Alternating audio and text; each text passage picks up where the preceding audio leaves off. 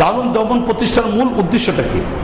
সাওয়ানিকে কাসেম যে কিতাবটা আছে, যেখানে কাসেম নানুতুবি রহমতুল্লাহ আলাইহির জীবনগুলি মৌলানা মুনাজ্জার আহসান গিলানী রহমতুল্লাহ আলাইহি লিখছেন। মৌলানা মুনাজ্জার আহসান গিলানী রহমতুল্লাহ আলাইহি সাওয়ানিকে কাসেম 3 খণ্ডের মধ্যে লিখছেন। এর 3য় খণ্ডের ভিতরে কাসেম নানুতুবি রহমতুল্লাহ আলাইহিকে যখন প্রশ্ন করা হয়েছিল যে দারুল দেওবন্দ প্রতিষ্ঠা করতেছেন এর মাকসাদ কি, তখন 2টা উত্তর উনি দিয়েছিলেন। এই 2টা উত্তরই সাওয়ানিকে কাসেমে আমাদের আসছে। আমি যে একটা উত্তরের কথা মৌলানা আমির ইবনে আহমদ সাহেব তার আলোচনার মধ্যে উল্লেখ করছেন, এটা যে যখন কাসেম নানুতুবি রহমতুল্লাহ আলাইহিকে জিজ্ঞেস করা হলো 1806 স্বাধীনতার ঘোষণা আপনারা দিলেন, 1808 ব্রিটিশদের বিপক্ষে আপনারা যুদ্ধ করলেন, 1817 ব্রিটিশদের বিপক্ষে আপনারা যুদ্ধ করলেন, 1818 ব্রিটিশদের বিপক্ষে আপনারা যুদ্ধ করলেন, 1833 ব্রিটিশদের বিপক্ষে যুদ্ধ করলেন, 1857 দুই দিক থেকে আপনারা যুদ্ধ করলেন। এত বিশাল যুদ্ধের মধ্যে লিপ্ত থাকার পরে একের পর এক ব্রিটিশদেরকে এই দেশ থেকে তাড়ানোর পরে এরপরে 1866 30 মে যে দারুল দেওবন্দ প্রতিষ্ঠা হতে যাচ্ছে, তখন ওনাকে জিজ্ঞেস করা হলো এই কার্যক্রমকে বাদ দিয়ে এখন শিক্ষার কার্যক্রমে কেন আপনারা চলে আসতেছেন? তখন কাসেম নানুতুবি রহমতুল্লাহ আলাইহি একটা উত্তর এটা দিচ্ছেন যে মূলত আমরা বিশাল যে সাম্রাজ্যের অধিকারী ব্রিটিশ সরকার, যাদের রাজ্যে কখনো সূর্য অস্তমিত হয় না, এদের সাথে সরাসরি আমরা সেই সশস্ত্র আন্দোলনের মাধ্যমে স্বাধীনতা অর্জন করতে পারবো না। এই জন্য আমাদের স্বাধীনতার রূপরেখাটাকে কার্যক্রমটাকে পরিবর্তন করে নিলাম, শিক্ষার কার্যক্রমটাকে সামনে রেখে আমরা সেই দিকে আগানোর চিন্তা ভাবনা করলাম। এই জন্য কাসেম নানুতুবি রহমতুল্লাহ আলাইহি এই কথাটা বলছিলেন যে আমরা নতুন করে একটা ক্যান্টনমেন্ট তৈরি করতেছি, সেই ক্যান্টনমেন্টের ভিতরে ছাত্ররা তৈরি হবে নিজের স্বাধীনতা সার্বভৌমত্বকে রক্ষা করার জন্য। কিন্তু সেই ক্যান্টনমেন্ট যেন কারো কাছে ধরে না পড়ে যায়, এর জন্য এলেমের চাদরের দ্বারা সেটাকে আমরা ঢেকে রাখতে চাচ্ছি। মুআজ্জাজ হাজরিন, প্রতিটা মাদ্রাসা এক একটা ক্যান্টনমেন্ট, যেখানে ছাত্ররা সৈনিক আসাদুদ্দাহ কেরাম সেই প্রশিক্ষণদাতা যারা নিজেরা বিশেষ এক মাকসাদকে সামনে রেখে রাসূলের ফিকিরগুলিকে সামনে রেখে আদর্শ নাগরিক তৈরি করবে।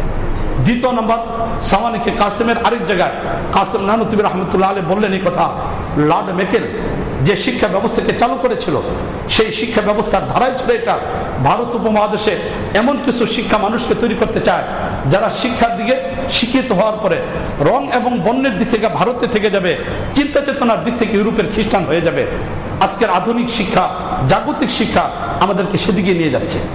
এর বিপরীত কাসেম নানুতুবি রহমতুল্লাহ তখন বলছিলেন যে আমরা ভারত উপমহাদেশে এমন একটা শিক্ষা ব্যবস্থাকে চালু করতে চাই যে শিক্ষায় শিক্ষিত মানুষগুলো রং এবং বর্ণের দিক থেকে তারা ভারত উপমহাদেশে থাকবে, এর পাশাপাশি সেই তুর্কিদের তৈরি করে দেওয়া রাসূলের কারীম রওজার উপরে সবুজ গম্বুজের নিচে শায়িত রাসূলের চিন্তা চেতনা হামেল হবে, অধিকারী হবে। এই জন্য মুআজ্জাজ হাজরিন, বিশেষ এক মাকসাদকে সামনে রেখে মূলত আমাদের এই কার্যক্রম। আমাদের মনে রাখতে হবে এই কথা, গোটা পৃথিবীতে যারা নেতৃত্ব দিচ্ছে সেই নেতৃত্ব দেওয়ার জন্য জনসাধারণকে কাছে আনার জন্য 2টা পদক্ষেপকে সবচেয়ে বেশি পরিমাণ নেওয়া হয়েছে। এমন যে একটা পদক্ষেপ সেবা, 2য় পদক্ষেপ হলো শিক্ষা।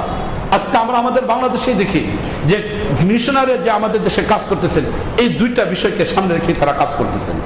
এই কারণে যদি সত্যিকার অর্থে এই দেশের চিন্তা চেতনার মানুষগুলো আমরা তৈরি করতে পারি, পরিবর্তনের একটা ফিকিরকে যদি আমরা দেখতে চাই, তাহলে অবশ্যই আমাদের কাছে যে সম্পদটা আছে এই সম্পদটাকে দেশ এবং জাতি গঠনের জন্য তৈরি করার জন্য আমাদের চেষ্টা করতে হবে। আসুন আমরাই পারবো। রাসূলের কারীম সাল্লাল্লাহু আলাইহি ওয়াসাল্লামের কাছে শুধুই তো ছিল কোরআনে কারীম, এই একটা কোরআনে কারীমই তো রাসূলের কারীমের কাছে ছিল। এর দ্বারাই চিন্তা করে দেখেন সফল রাষ্ট্রপতি আবু বকর রাদিয়াল্লাহু তাআলা আনহু, সফল রাষ্ট্রপতি হযরত উমর ফারুক, সফল রাষ্ট্রপতি হযরত উসমান, সফল রাষ্ট্রপতি হযরত আলী, সফল রাষ্ট্রপতি হযরত মুয়াবিয়া, সফল রাষ্ট্রপতি হযরত হাসান রাদিয়াল্লাহু তাআলা আনহু। আবার চিন্তা চেতনার দিক থেকে দেখেন সেনাবাহিনী কোরআনে কারীম থেকে নিছেন, রাসূলের শিক্ষা থেকে নিছেন। সফল সেনাপতি সাদ ইবনে আবি ওয়াক্কাস রাদিয়াল্লাহু তাআলা আনহু, খালিদ বিন ওয়ালিদ রাদিয়াল্লাহু তাআলা আনহু, হযরত আমির রাদিয়াল্লাহু তাআলা, সাদ ইবনে আমির রাদিয়াল্লাহু তাআলা আনহু সফল একজন হয়ে গেছেন, সেনাপতি হয়ে গেছেন। ব্যবসায়ী সাহাবায়ে কেরামের দিক থেকে দেখেন আশারায়ে মুবাশশারার 10 জন সাহাবী যাদেরকে রাসূল জান্নাতের সুসংবাদ দিলেন, এর মধ্যে 7 জন সাহাবী হলেন ব্যবসায়ী, যারা সফলতম ব্যবসায়ী ছিলেন। তাহলে অধিকাংশ সাহাবায়ে কেরাম এক একজনের জীবনের দিকে তাকিয়ে দেখেন, ফয়সালার দিকে দেখেন, আজাতের দিকে দেখেন, আলী রাদিয়াল্লাহু তাআলা আনহু, যায়েদ বিন সাবিত রাদিয়াল্লাহু তাআলা আনহু।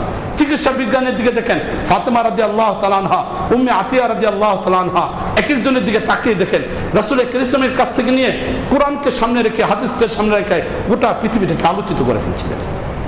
আজকে উপকরণ আমাদের কাছে আছে, শিক্ষা ব্যবস্থার বিষয়গুলো আমাদের কাছে আছে, শুধু একটু মানসিকতার প্রয়োজন। এই গুণে